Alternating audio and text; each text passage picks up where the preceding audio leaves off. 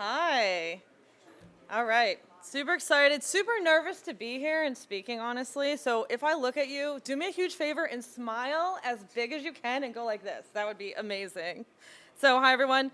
My name is Gianna Whitver. I am CEO and co-founder of the Cybersecurity Marketing Society. I'm currently a bootstrap founder myself. This is a very interesting space to be in, and loving it, though, like honestly loving it. So co-founder and CEO of the Cybersecurity Marketing Society. I'm an AWS, CrowdStrike, NVIDIA Cyber Accelerator mentor in marketing. And just a heads up, I learned this recently, but the applications are open to join that program for anyone who has a cybersecurity startup. I'm an advisor to early stage startups in marketing specifically. I run an industry conference, Cyber Marketing Con, and Cyber CEO Summit. Co-host of a podcast. Any founder here is invited to be on. We freaking love founders on our podcast, and it's on the CyberWire network, so it's a real podcast. And we'll talk about podcasting later. And my experience has been mainly for the last decade at cybersecurity startups in particular, Series A and lower. And I have some experience in threat intelligence, anti-malware, general technology, and like I said, have been majoritively in-house at early stage companies, which is my favorite place to be because it's fun and it's messy and it's crazy and things work and they don't. You guys get it. So, and then this is a marketing and budget focused session. So just to get more setting of the stage here, my personal experience, I've managed marketing budgets of $0, which is where probably a lot of you are, and then 180K, 600K, 1.2 million, and 2 million, and this is all without headcount. So just to set the stage. Two more things. I am from New Jersey originally, so I talk very fast. So if I need to slow down at all, someone like raise your hand, shout. And also the second thing is I am very cheap and super invested in making my marketing budget and my marketing programs have ROI and good outcomes, which is why I think I was invited to talk here. All right, so, marketing. It's building trust with your buyer. It's understanding their problems. It's actually solving their problem. It's a compelling story, as you've heard some of our speakers in the entrepreneurship track talk about today. It's authenticity. It's creativity. It's brand, right? Can everyone agree that this is all components of marketing and good marketing in particular? Okay, thank you. Two people agree and everybody else is like, I want it to be lunch. Okay, well this is not what this talk is about. Those are fundamental things you must have in great marketing. But this session is actually about money.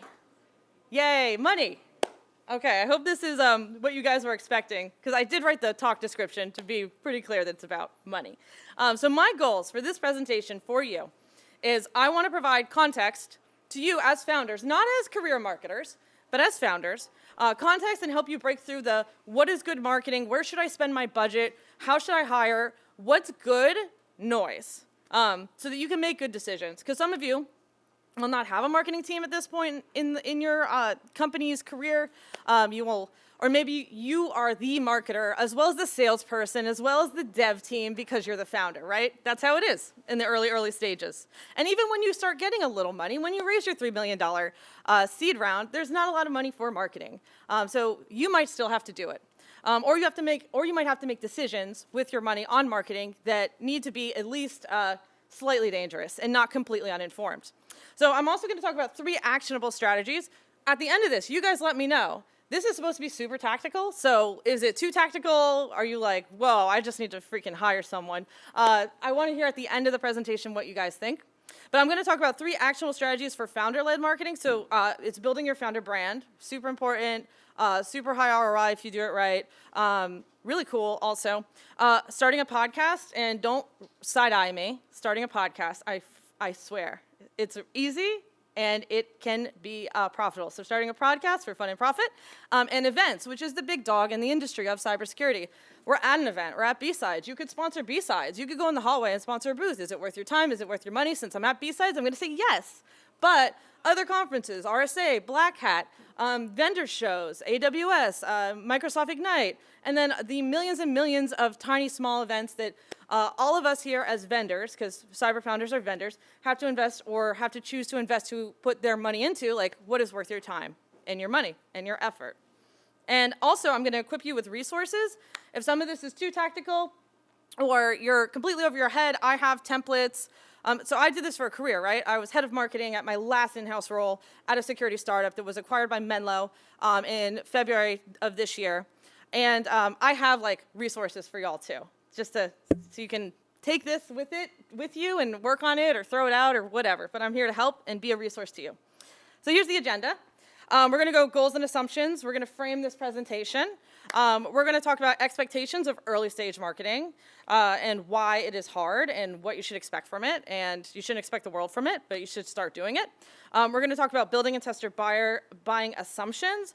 We're going to talk about free and cheap marketing, which I'll do a poll soon, but free and cheap marketing, who has $0, you know, what can you do with that? And then with some budget, so what can you do with like something around a $200K to a $500K budget? And also, then I'll go into those 3 strategies, and I'll try to leave time for Q&A, but honestly, the deck is 80 slides long, which is my fault, and we'll see how it goes. Okay, my assumptions here are that you have limited, all of you sitting here have a limited budget for marketing, somewhere between $0 and $500K. You're not a super well-known company. Your mom knows you and your friends and YC and everything, but you're not known in the market. You're not Wiz, you're not Torque, you're not CrowdStrike, et cetera. You are doing things differently. You have something, some sort of amazing upstart story. You're doing something cool. You're applying open source to CNAP, all of that sort of stuff. You're early stage. You are still potentially message testing, right? You're still figuring out what that story is and what resonates with the buyer, and maybe even who is the buyer. Like, is it a security engineer? Is it the CISO? Are you selling to the developer, et cetera, et cetera?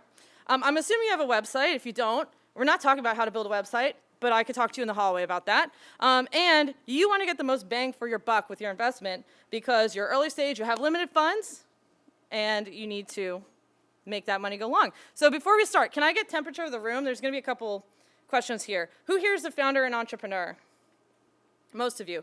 Is anyone here a marketer? Why are you in here? Oh, hey, hi, Mariana. Okay. And is there any other? Okay, nobody likes to be called other, but so sorry. I should have reworded that. For the founders, what is the stage of your company? Are we thinking early, like a pre-seed, seed, bootstrapped stage? Okay, very early. Is anyone at Series A? One Series A. Anyone at Series B, C, D? Okay, higher. Publicos? I don't know why you'd be in here. It'd be kind of weird. All right, awesome. Experience in marketing from the room. I swear, there's only one more poll, unless I messed up my deck. So who has like literally no experience and has no clue about marketing at all and is coming in hoping that I can actually help them? Oh, okay. One person. Everybody else is actually 2 people. Okay, everybody else should be at the front of the stage. Yes, I love it. And then my other question I want to ask is, who here has like a marketing team? Has people working at their company right now in the marketing department?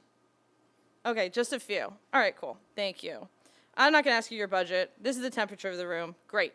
Okay, so in cyber, as we know, like the tech doesn't always win. In anything, in any startup, the tech doesn't always win. Sometimes it is the marketing and the go-to-market. And everything, like Lucas was saying earlier today, like everyone has something to say about marketing and go-to-market, right? Your investors will tell you stuff, your friends, your family, your grandma, other founders who have been successful 20 years ago, marketers you know who work in other industries like oil and gas or regular SaaS selling MarTech, which is the easiest thing in the world to sell, and SaaS tools that publish marketing playbooks as part of their own marketing schemes, as well as agencies with good SEO and random people who will tell you all about marketing in the cybersecurity industry. They're all right and they're all a little wrong. And that's what makes this industry and why marketing budgets in cyber get wasted so often, I will say. It's nuanced. Marketing in general as a concept in cyber is nuanced. Every answer, I'm going to try to leave Q&A. Every single answer I'm going to say probably starts with some version of it depends, because it really does depend. I don't personally believe in like playbooks. If people are selling you playbooks or selling you stuff like that, they're selling you. There is no silver bullet in this industry, probably any industry, but this is the industry I know. Cyber marketing has unique challenges. You all are probably your buyer. So you guys know that y'all are hard to reach, incredibly skeptical. The marketing that works is trust-based. Strong brands play a large role in success of companies. You don't want to be retargeted. You don't want people to triple hit your cell phone. You don't want to get marketing emails, all of that. And that creates a difficult environment for folks who are trying to actually market their security products and services to those people.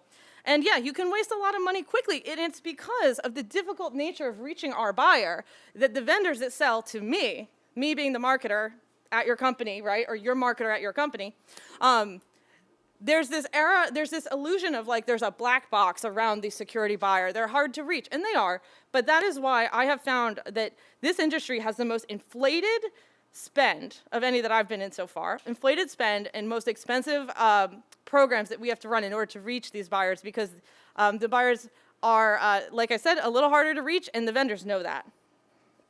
Okay, so your budget is precious. Like I said, I'm cheap. I've always worked at companies and viewed the budget as mine, and if I don't spend it well, later it gets taken away from me also. So whether it's your money or it's in the hands of, I mean, it's all your money, or your investors' money, or it's in the hands of your marketing team, right? What you should be doing with every decision is determining, is this a good way to use my money on marketing? So some of the things that you'll have to probably come across as you or your marketing teams are thinking about this is like, you know, you'll be spending 20 grand to 50 grand on attending a conference or sponsoring a conference. Like, what is the way you can reduce the risk of just entirely losing that money? Does targeting CISOs on LinkedIn actually reach CISOs? Is it all bullshit? You know, is it all fake numbers? And does it cost $2,900 a lead like everybody else? Like, is everyone's company spending this much money on LinkedIn and getting such a low ROI?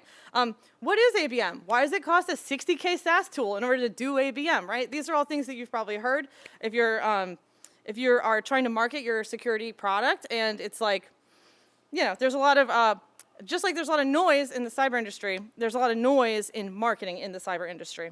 And it's also why this is my company. I'll explain what I actually do now. And this is why we started the Cybersecurity Marketing Society. So we are an ISAC for marketers in the industry. We're a members-based organization. We have more than 4,000 in-house marketers at 1,600 security and product services in our community. We basically are a marketing intelligence sharing program. We started it because I was new to the industry and I was trying to buy a Gartner contract and it was like 100 grand. And I was like, what the fuck is this? I'm sorry, am I allowed to curse? Carrie? Yes. Thank you. I was like, why is this like 100 grand? And they were like very difficult to deal with. And so I started calling my friends who I met at vendor trade shows saying like, hey, are you spending 100 grand on Gartner, like as an early stage company? And we started to share this sort of intelligence with each other. Okay, how much are you spending? What's the ROI? Is this agency any good, et cetera? So now we do all sorts of things. We do education, mentorship, networking. Carrie's a member of our community, and we exist to help marketers and companies market successfully in cybersecurity, and we're not an agency, to be very, very clear. We also have a conference. And then we also started the CEO Society, which you all can join, it's free. Anyway, so expectations of early stage marketing. And obviously, it's to hit those marketing goals that have been talked about by the other people speaking today. We want to build awareness and trust. Trust is really important in the industry. You want to educate the market if that's relevant. If you're like a category shaker, you know, you kind of have to do some education. Why should I care about X? Why should this be the way that we do X now that's different than the way we did it before? You got to set your foundation. Right? If you are hiring your first marketer or if you are working on this yourself, you need to know your messaging, your ICP, your story.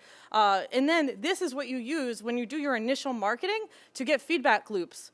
You have to put a message out there in order to get a response back, in order to continuously refine until you have a very strong foundation on which all of your programs launch from.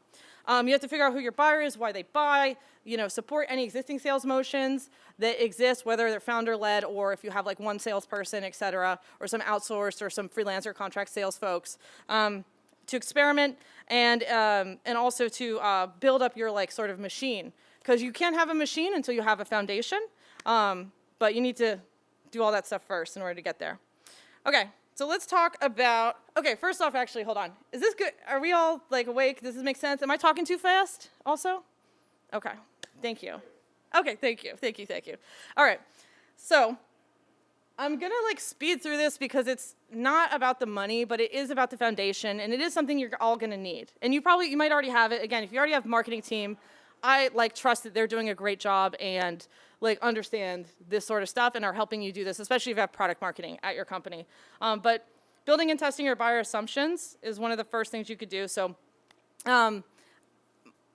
what like an overall foundation looks like is knowing who and what role at what type and size of company that has what problem is buying your product for what amount and why not others.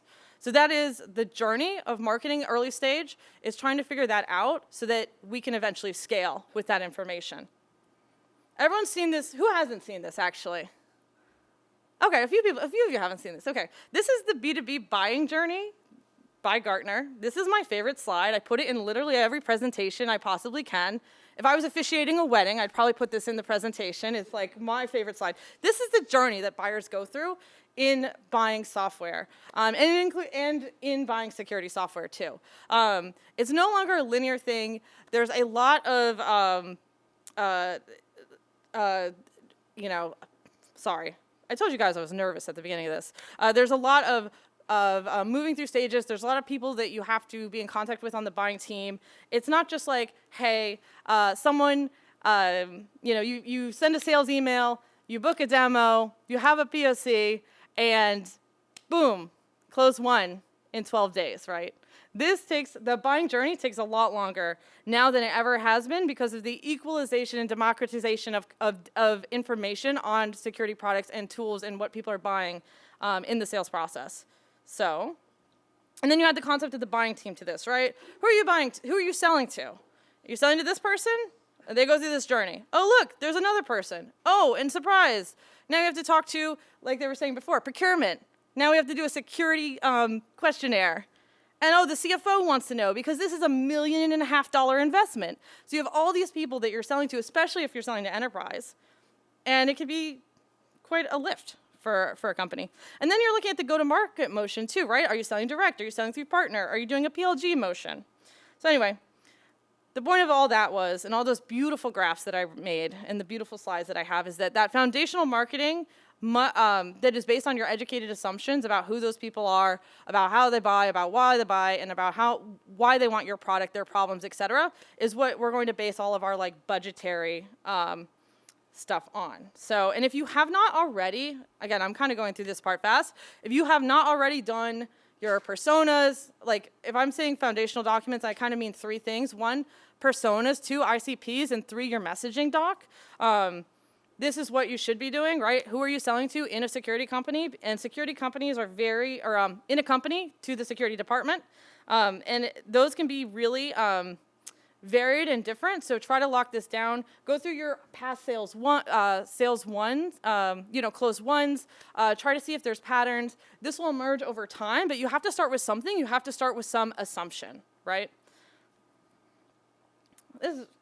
I'll say, one of the biggest, I said Scrum Master, you're like, what is this slide? One of the biggest deals that we ever made at one of my last companies, Fortune 100 company, it was so cool, came in inbound because, Scrum Master, dev team, right?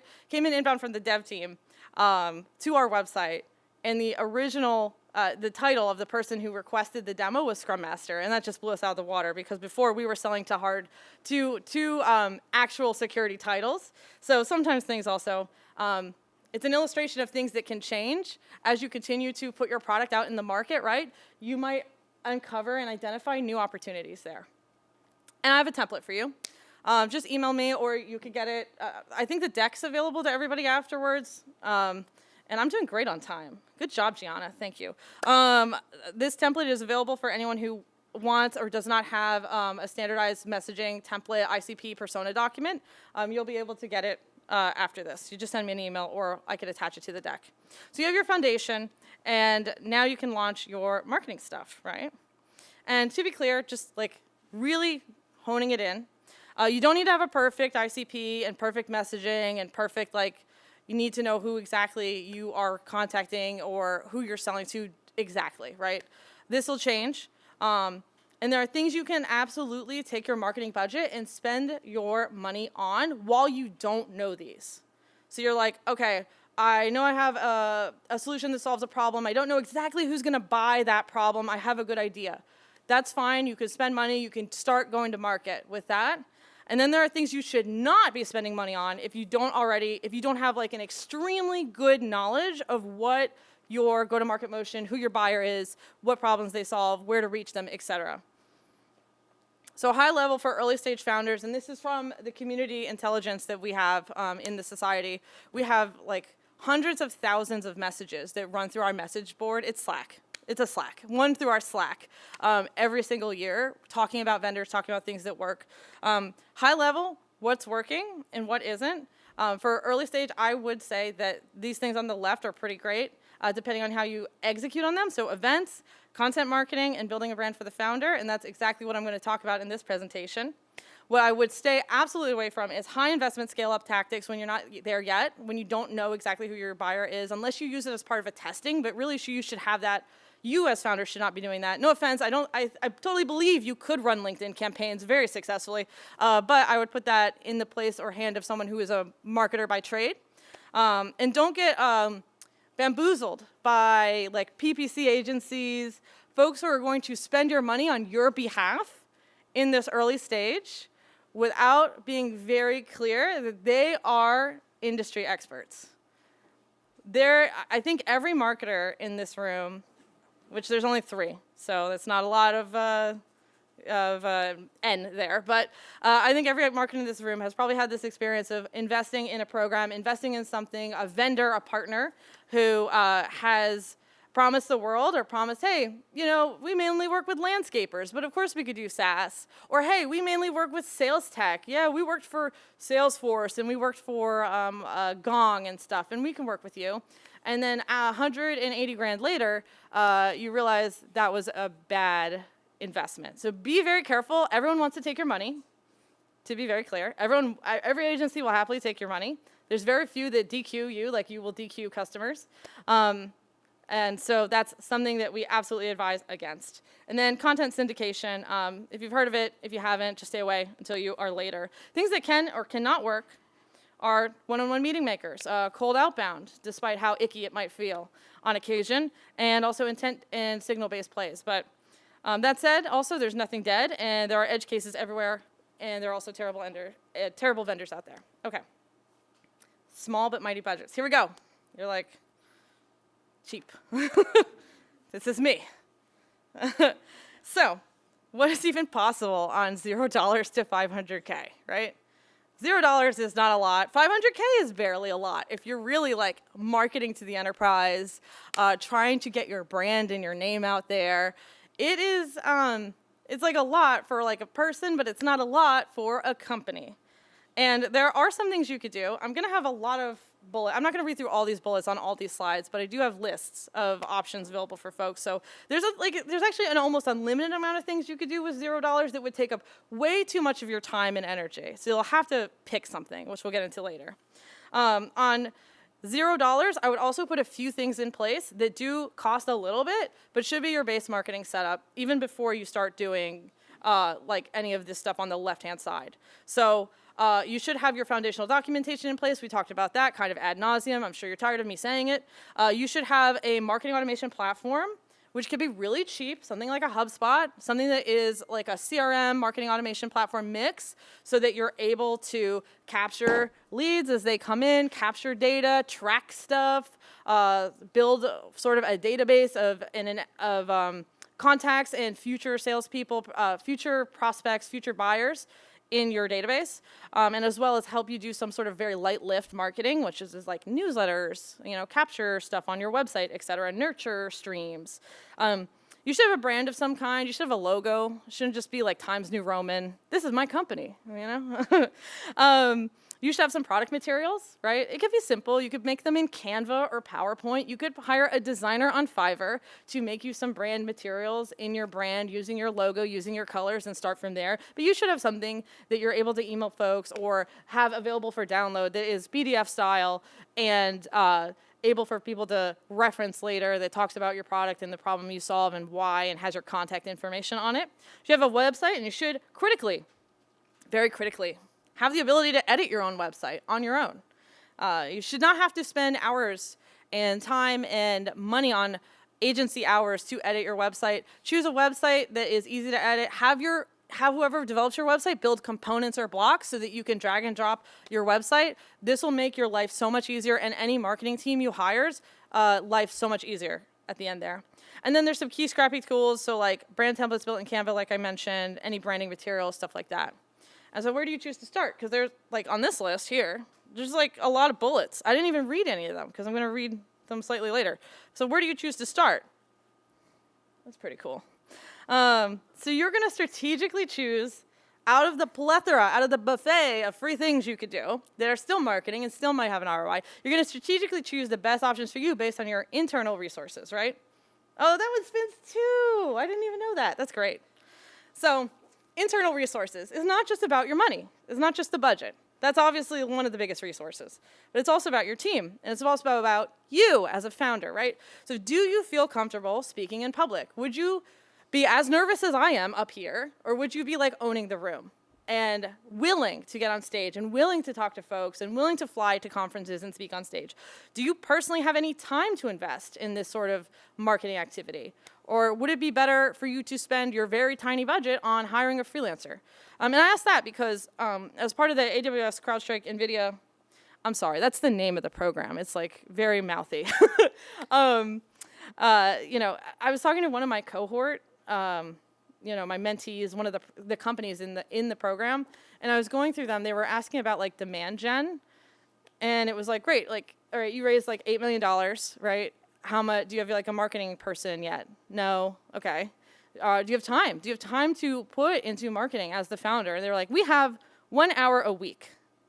And I was like, oh, okay. Well, let's like cut everything out of what I'm going to suggest you and just focus on you in the founder brand. So do you have time? That's an important resource.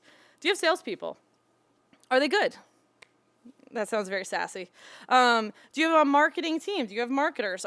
Does the dev team, which this is like an unlock. If any of you eventually hire like a threat research team, that is a marketer's dream. That is like, that can do so much amazing work for your company. As long as they also have time to talk to the media or help create reports and threat research for your company. And do you have, and like I said, does your developers, if you don't have security researchers specifically on staff, do your developers have time to work with you? And these are things that can come out of that. But you have to know what you have before you decide what to do, basically. Okay, so what can you actually do with limited budgets? Here's what I would say. I think $0 budget, and we're going to go over a few of these, like, tactically soon. Don't worry. Founder-led personal branding is a really good one. Webinars, LinkedIn Lives, people poo-poo them, but if you could do them really well, really cheap, really good. Podcasts, being a guest on them, or starting your own, which I'm going to go over with you as well. Public speaking. Starting a Substack. How many people have we now seen become security influencers based on the fact that they have shared their thoughts with people repeatedly once a week or once every other week for the last like year or so? Just simply like, you could do something like a building in public sort of content schedule for yourself as founders. People find that interesting. You guys are the underdogs. People love that. Customer research, sales, outbound relationships, community, and then creative guerrilla stuff. And with something more, with something like a 200 to 500K budget, you could start hiring folks. You could start getting PR freelancers in to start getting in whatever's left of earned media out there. You could start putting some paid behind what is working with your free stuff. You could start sponsoring events. There's all sorts of things you could do. We're going to focus. Oh, it did have the purple boxes up. We're going to focus on those in the purple boxes. And I also have a budget template, FYI, because, right, so if you had 200 to 500K, like what's the mix? That's another component, right? You're not going to spend 500K on just conferences. I hope you don't. That's weird, honestly. So if you had 500K, like where should you split your budget? I do also have templates for that. So feel free to reach out to me and I'm able to share. This is my budget that I literally use at every job I've been at. And I have like fake numbers in there and you could take it and use it however you want. All right, finally, we're going to talk about something tactical. How's everyone doing, by the way? Good? Okay. It's so quiet, and I'm not used to this, and I appreciate all of you listening to me. So, okay, finally, finally, we're going to actually talk about something that you could do. You could do today, you could do tomorrow, right? Let's talk about founder brand. Oh my gosh, founders. There's a reason some of us gravitate towards the early stage. You guys might be like, oh, I hate this. I can't wait until we're IPO'd. But I really love that early stage like journey and the early stage, the story basically behind founders who are trying so hard to make something happen, to make something out of nothing, to grow something, to build something, right? It's an incredibly compelling story, and it's something that all of you as founders can lean into, right? You are the underdog. You're not Wiz. You're not Torque. Well, you're not CrowdStrike. You're not Microsoft. Like, you are the underdog. You are someone who is scrappy and growing and making something new, which is absolutely incredible. And that's a story that you guys can absolutely capitalize on, right? Not just like my security solution is great, but like I am trying something.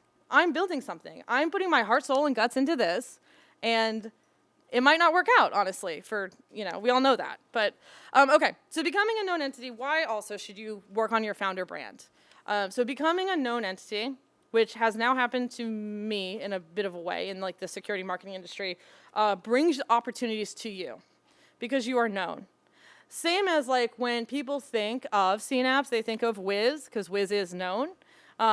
If people start thinking like, oh, who's a founder who's building in this space, or, oh, this person really makes amazing content about this, or I know, that they're an expert on this specific technical area of cybersecurity. That brings stuff to you. It brings you customers. It makes it easier to get introductions from folks. It brings you referrals. It brings you investors. It brings you offers to acquire your company. It can bring you awards, speaking. This is the sort of stuff that once you have this like brand in place for yourself, stuff starts flowing to you. And I know this because I've lived it. Not to like toot my own horn, but like this is what happened to me basically, is I've built a brand as a founder in security marketing. So building a founder-led brand is, it takes time. So it's one of those resources. Do you have time? You don't need any budget. It takes time though. So try something as simple as posting 1 to 3 times a week on LinkedIn. Who here posts every week on LinkedIn? Okay, a few people. Awesome. But most of you did not. Most of you didn't raise your hands. It was like 40% raised their hands. If you're founding a company and having to get the message out there, you should be posting on LinkedIn or social platform of choice. I will say LinkedIn's a really good one since our buyers are there, CISOs are there, investors are there, media is there. Like a lot of people are on LinkedIn, so it's pretty easy like post on LinkedIn. You should be posting, and it's really, if you don't know what to post or what to say, I would lean into that story of like, you're a challenger. Not being offensive, but saying, hey, we're doing something different. I noticed a problem in my own life as as an engineer at Lyft or in my previous corporate role, and I've noticed something, and I'm here to make this issue, this problem that I had that a lot of other people who are in my space had, I'm here to change it, right? So you could do a challenger post. You could do learned experiences, personal story, and use the post types of like photo, graphic, video, long text posts. If you're specifically posting on LinkedIn, these are LinkedIn specific strategies. And if you don't know how to write, well, you should know how to write a little bit since you're founding companies. But if you're not like a writer, if you're like, my thoughts are dumb, I don't know like how to put them into text so that people will read it. But now we have all these AI tools. Try and use those if you're stuck, and can't get over the hump of like, I don't know if this is good enough to post. If you're funny, it's a bonus also. So another thing that literally nobody does, and I don't know why, is you can max out your connection requests every week. So if you have LinkedIn Premium, you get 100 connection requests every week. Send those out. Mine expire on Sunday. So every Friday, I'm like, oh shit, I gotta send out all these connection requests. And I send them out. When you send out connection requests to folks, either they accept it or they don't. But what it does is it continues to grow your brand and continues to make you look better to other people when you connect to them later. I have like a first or second degree connection to like a lot of people in the cybersecurity industry now. I feel very comfortable reaching out to people on LinkedIn, feel very comfortable connecting with folks. I'm not afraid to connect with CISOs. I'm not afraid to connect with anybody on LinkedIn and start conversations. And they will look at my profile and see that we have 700 mutual connections and be like, oh, okay, click, accept. It's an entry it's a doorway into relationships. And your team should be doing this too. Make your technical co-founder do it, even if they don't like it. You know, if they're like, I hate LinkedIn. Just make them do it. And this is free. And so literally I had taken can you guys see? Yeah. So I had 17,000 followers like 5 months ago. And now I have 19,000. And it's a combination of sending out those connection requests and also becoming known in the industry. And it kind of creates this virtuous cycle. Being known, reaching out, doing it over and over again on a repeated basis. Even if you don't want to post, you could do connection requests. This costs $0, except for I use LinkedIn Premium. If you don't have LinkedIn Premium, it's not 100 a week. It's something like 40 or 50 connections a week. You don't have to pay. You could just do this on LinkedIn. Video posts. Okay, as a founder, so people love, I'm backing up, people love faces and voices. People absolutely love faces and voices. Why is podcasting so big? Why are we all on TikTok all day? Like, et cetera, et cetera. So there's a lot of really, there's a huge opportunity. I am connected with the LinkedIn like corporate team. Like we work with them because we want to get like, hey, what's the algorithm doing? Like from LinkedIn to tell to our marketers in our community. So they are absolutely prioritizing video. So if you feel comfortable being on camera, again, pointing back to those assets, like, are you comfortable speaking? Are you comfortable looking potentially like dumb for a little bit on video as you get used to it? I highly recommend for all founders in here who are trying to build their personal brand to post video of themselves talking about it. Here you can see a few. I put some options. So Shahar Paled, CEO and founder of Terra Security, they just raised $30 million. They came out of AWS, the accelerator, and they really lean into like content creation, founder-led content creation. They are everywhere, and stuff is flowing to him because he is everywhere and he's posting and being vocal and being out there and meeting and connecting with people and putting his face out there too. Because his face is the company's face. Connor Swam, he is at Fin Security. So you could see also like Shahar has a very high quality production studio. It's in his office. He has a nice camera. He has someone who edits. Connor just did this, I think, in his house or in an office or in a hotel room somewhere, right? From Fin Security, smaller company. They still sell software. They sell to MSPs, the software solutions for MSPs and MSSPs to sell through to their customers. So still gets a lot of engagement, gets his face and voice out there. You don't need a professional setup to do this. How am I on time? Oh, sorry. Okay. 15. Okay, I'm gonna go faster. And then once you have stuff that works on LinkedIn, then you can start putting money behind it. I highly recommend thought leader ads. If you're going to spend a little bit of money on LinkedIn, if you're going to try something, absolutely highly recommend thought leadership ads. What it does is it takes your post and promotes you, not your company, because we all want to promote our company. We want to get the brand out there. We do that. But on social media networks, people want to hear from you, the person, the founder, the face and the voice of the company. And it just, even if you're like, oh, I want to promote my brand, like using thought leader ads and using you and the members of your team and boosting those posts gets really high engagement and much better ROI than regular LinkedIn ads. So, and you could do this at like something like $2,000 a month. We at the Society, cheap, broke, right? Bootstrapped. We're profitable, but we're bootstrapped. So I have a very limited budget. So we were doing $800 a month and being successful with getting the results that we wanted from these ads. Ooh, okay. Start a podcast. I don't know if any of you expect me to say this. You all in here should start a podcast. It's not oversaturated. And that's why I said earlier, don't roll your eyes at me. It's not oversaturated. Here's why. It's because 90% of podcasts don't make it past 3 episodes. So there's like a massive graveyard of podcasts that never, ever make it past 3 episodes. Of that, the 10% that do make it past 3 episodes, 90% of those podcasts don't make it past episode 20. There's a source. Pod News, I have no idea if it's reputable, but it matched my narrative. So that's the source that I chose.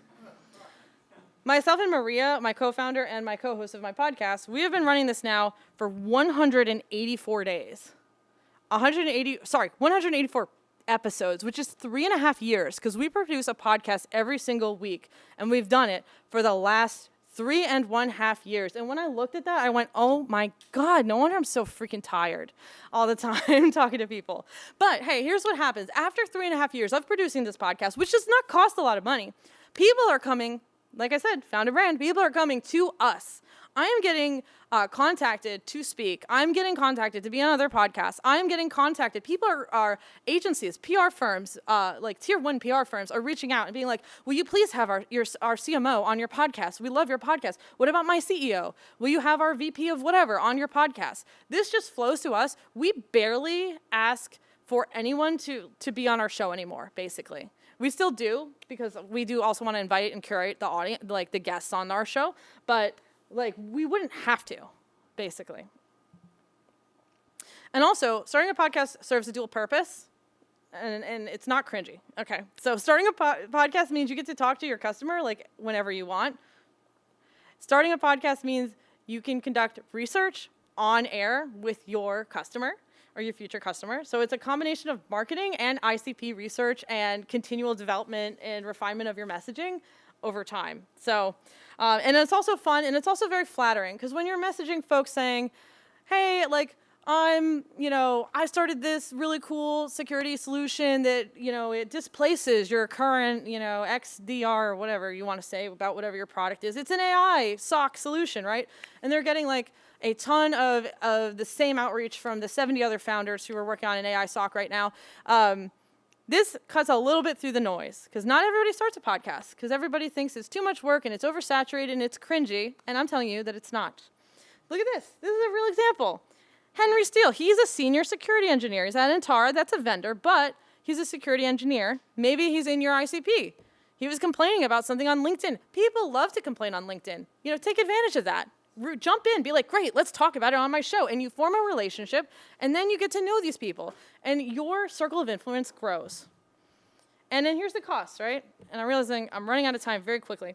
Here are the costs. Our podcast costs $100 to $150 an episode, right? That's to produce. That's to edit, basically. The time that we now have is 2 to 4 hours a week, because we try to record twice a week. Often we have to move stuff around. That's how life is. We publish 52 episodes a year, 52 weeks a year, and then we use a freelance producer to take the extra quality control lift off of our plate. And I didn't add it as a resource, but if anyone wants to talk to me about how I built this, and it only costs us like somewhere between 10 to 14 grand a year by doing this, feel free to reach out.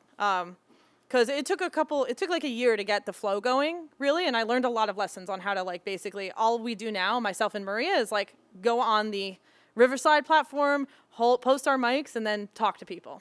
And everything else is automatic. It's really great. And then, in terms of if you don't have a podcast set up already, like, here's the mic, here's the arm, here's what the hosting and everything will cost. Okay. Events. Who here goes, besides this conference, who here goes to at least one cybersecurity event a year? Yeah, literally everybody. Like, this is not like, do you know marketing? And like half the people raise their hand. It's like, yeah, I go to BSides, like, or I go to Black Hat, or I go to DEF CON, or I go to RSA, or I go to I go to CornCon. I've not been to CornCon. I cannot wait to eventually have the time to go to CornCon. So I am super, and people, when you talk to folks about events, oh, it's a waste of money. Oh, they're just giving out swag bag grabbers, and blah, blah, blah. So I actually take the opposite approach. I think events are fucking awesome. Events are amazing. Where else can you afford to fly like a bunch of your prospects to a single location where you can then casually bump into them at coffee and be like, hey, what do you think about this event, right? Oh, hi, my name is Rick, and I blah, blah, blah, right? You can't replicate that. Events are awesome, and they can be done very well, and they can be done cheap. And they can be done for $2 million, right, if you want. So depends. So early stage budget, I highly recommend founders, and a lot of you are already doing this, right? You came here. Walking around, marketing and sales is what we call it.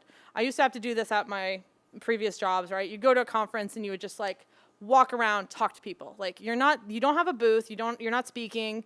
You are walking around and you are talking to people because it's the healthcare security conference and everybody there is in healthcare and you sell to healthcare, right? Easy. So Things you could do: stand near your competition's booth and see who their customers are and who's leaving, and be like, hey, you know. You can attend every side event at the event, which are networking focused usually, and people are willing to talk to you. You could pre-book meetings. Oh, I'm going, you know, similar to, hey, I'm going to be in Irving next tomorrow, you know? Like, hey, I'm going to be at RSA. Are you going to be there?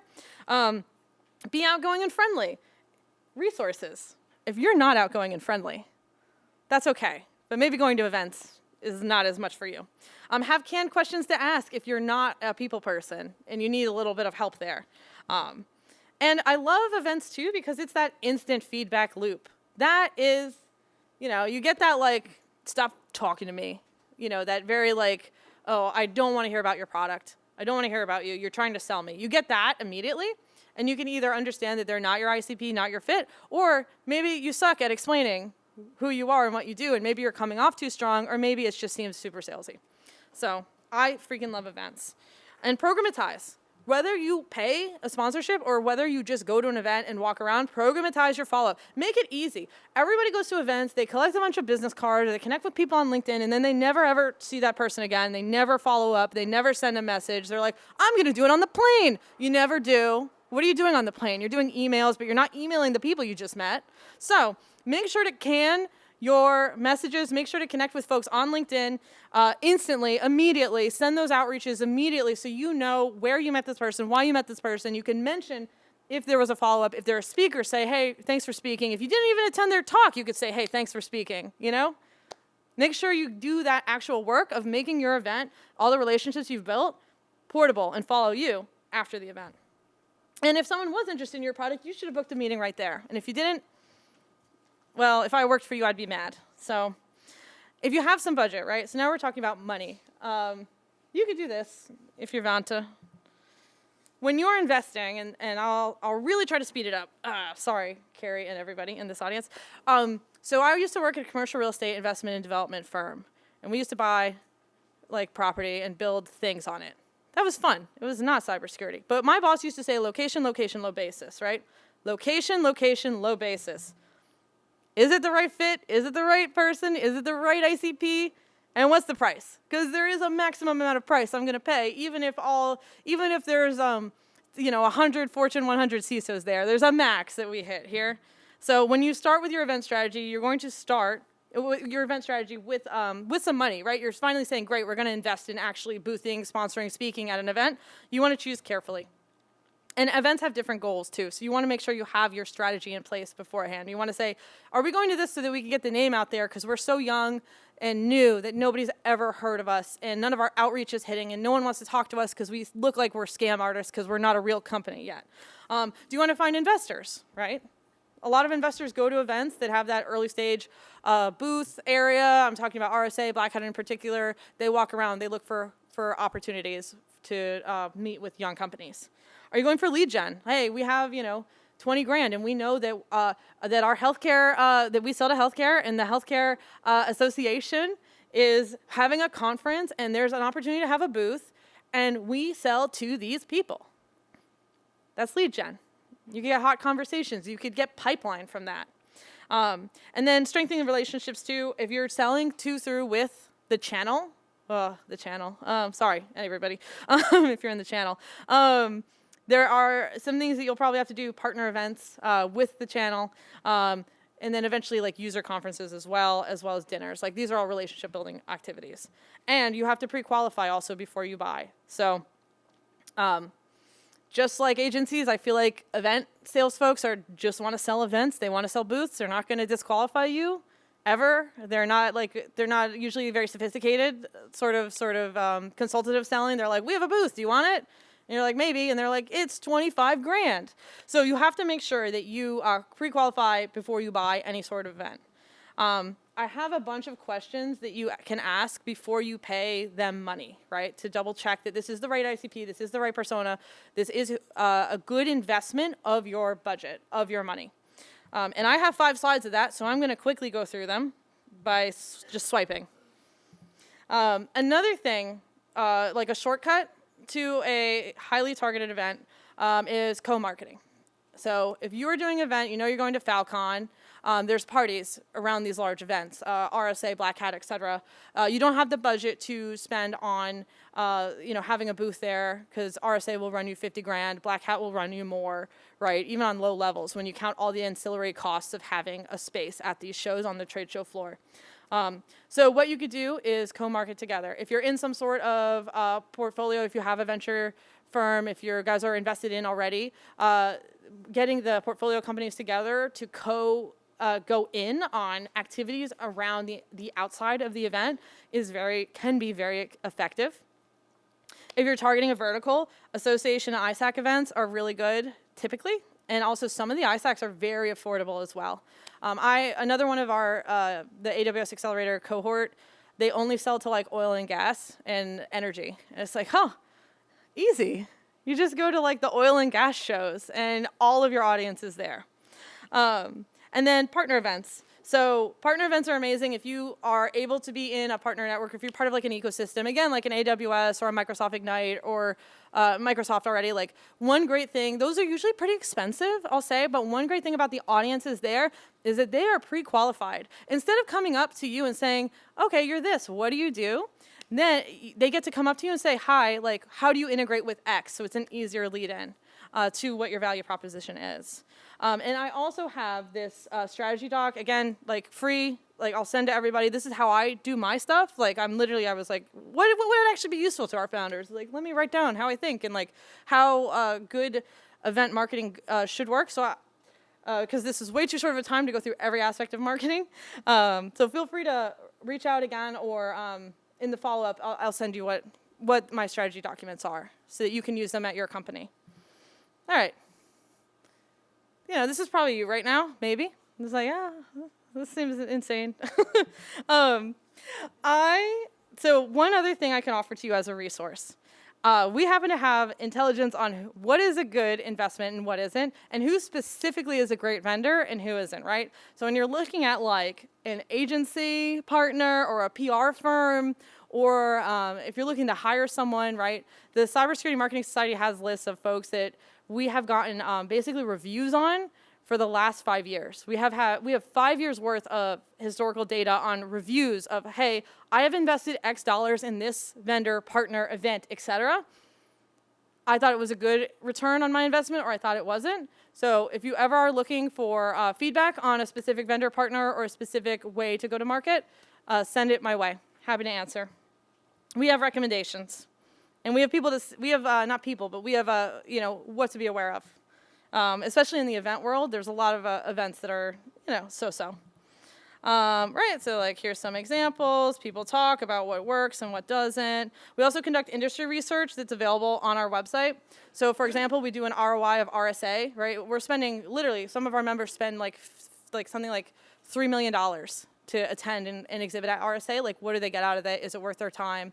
So we have this ROI of RSA report. We'll be producing and launching the 2025 version soon, and we break it down by stage of company. So we'll actually break all of the data by like, okay, Series A funded, Series B funded, Series C, so that you can kind of see where you compare if you were going to invest, like compare against other folks in your seed stage and also in your marketing and brand maturity level.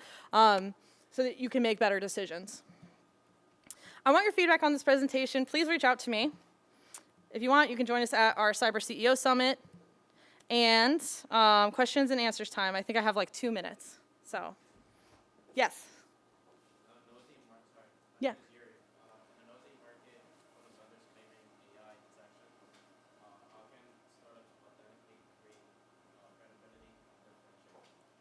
That is such a great question. So he was asking, it's incredibly noisy. Everyone's saying that there's AI, that they're an AI security product. How do you break through this AI noise?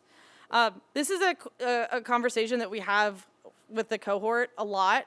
My recommendation is to say how your AI is different, right? It's an AI tool that does X, but there are 70 competitors that say they do X. Don't give away your secret sauce, but talk a little bit more about the how you do it, and how you're different compared to other AI solutions. Hi. You were saying around threat research, that was like the big one. Why is that exactly? Oh my God. So he's saying, why does threat research matter? Yo, threat research, it's like threat research is like a vendor neutral like unlock for a company. So threat research is what security people actually want to read and consume. Yeah, Carrie is like nodding. She knows this too. Threat research gets you PR, gets you buzz, can get you into earned media.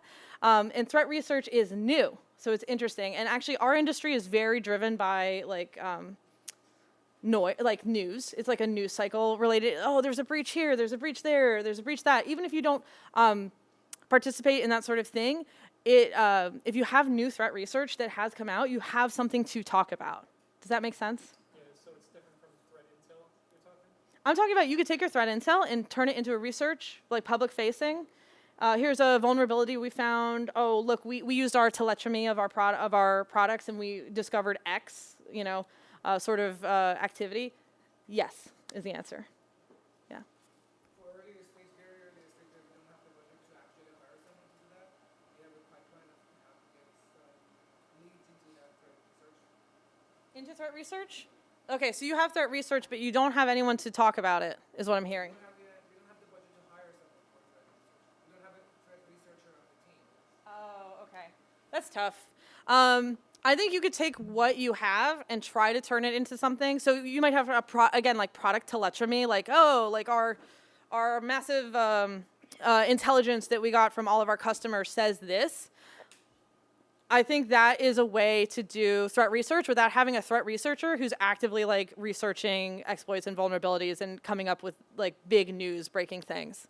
But you can use your product intel. Like your product intel is valuable. Like the stuff that your product sees is valuable and it's different than what everyone else sees too. And that's another thing. It can hone your lens and hone your perspective as a company, if that makes sense. Okay, I think I'm over time. So thank you, everybody. I will be here for the rest of the day. And that.